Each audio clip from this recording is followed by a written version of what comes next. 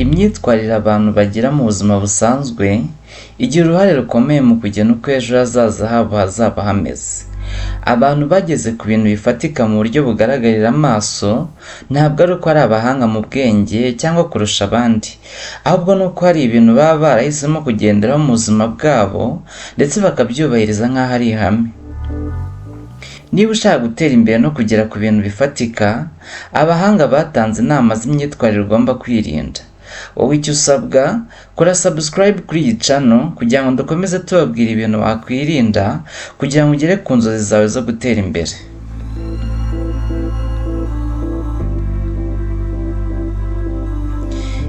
Icya mbere duhereyeho gitera abantu kutagera ku nzozi zabo zo gutera imbere ni uguhora bashidikanya.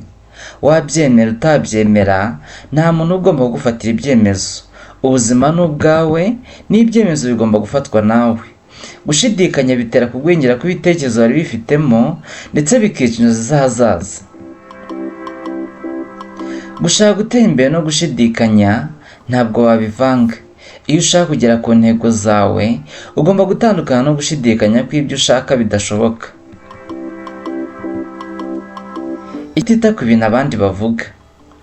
Abantu bazahora bavuga, banenga, bashima, batera umwete, bakwena n'ibindi.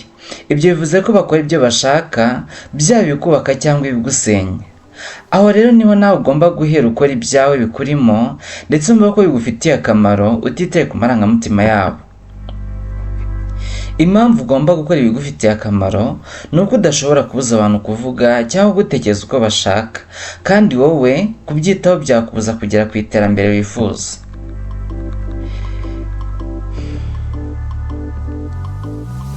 Si byiza guhora usubika icyo wari bukore. Ikintu cyo gusubika gahunda ugomba gukora bituma umuntu atagera ku ntego n'inzozi ze. Abantu benshi bapfana inzozi baba bashaka kugeraho bitewe n'uko batigeze bashyira mu bikorwa, ahubwo bahoraga muri nzakora iki, nzakora kiriya. Ntushobora kuzigera ugera ku ntego niba udashobora gutangira. Gutekereza ko hari ibintu uzageraho bihagije ngo ubone gutangira gukora ntibibaho. Uzahora iteka wimura gahunda.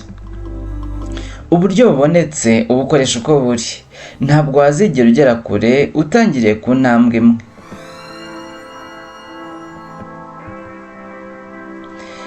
Ikindi gitera abantu kutagera ku iterambere ni ubwoba. Ubwoba bw'uko bitazemera cyangwa bw'imbogamizi ni ikintu gituma benshi badatera imbere. Usanga hari abagira ubwoba bw'ibyo abandi bazavuga, bwo kutazagera ku ntego zabo, bwo kudakora umushinga nk'uko wateganyijwe. Ubwoba ni ikintu kibi cyane, bushobora no gutuma intare isiga umuhigo wayo kandi iri mu ishyamba isanzwemo. Kwitandukanya n'ubwoba ukiyemeza nicyo kintu cyonyine gifasha umuntu kuba yagera ku ntego ze. Kuvuga gusa udakora. Ikindi kimungu kibuza abantu gutera imbere ni uguhoza mu magambo y'ibyo bazakora ariko batabishyira mu bikorwa.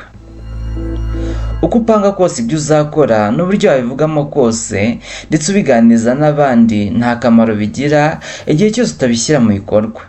Ibikorwa biruta amagambo, wavuga make ariko ugakora cyane. Gucika intege ku ikubitiro.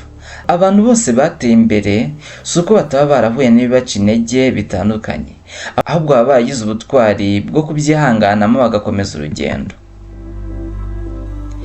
Niba rero ushaka gutera imbere no kugera kure hashoboka, uba ugomba guhangana n'ibibazo ntibikubuze gutera imbere.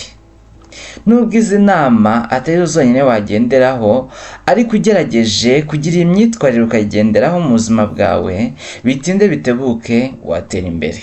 Mushimire gukurikirana ikiganiro cyose kuri Mugisha TV, mukomeze gukora subscribe. Ndabashimiye.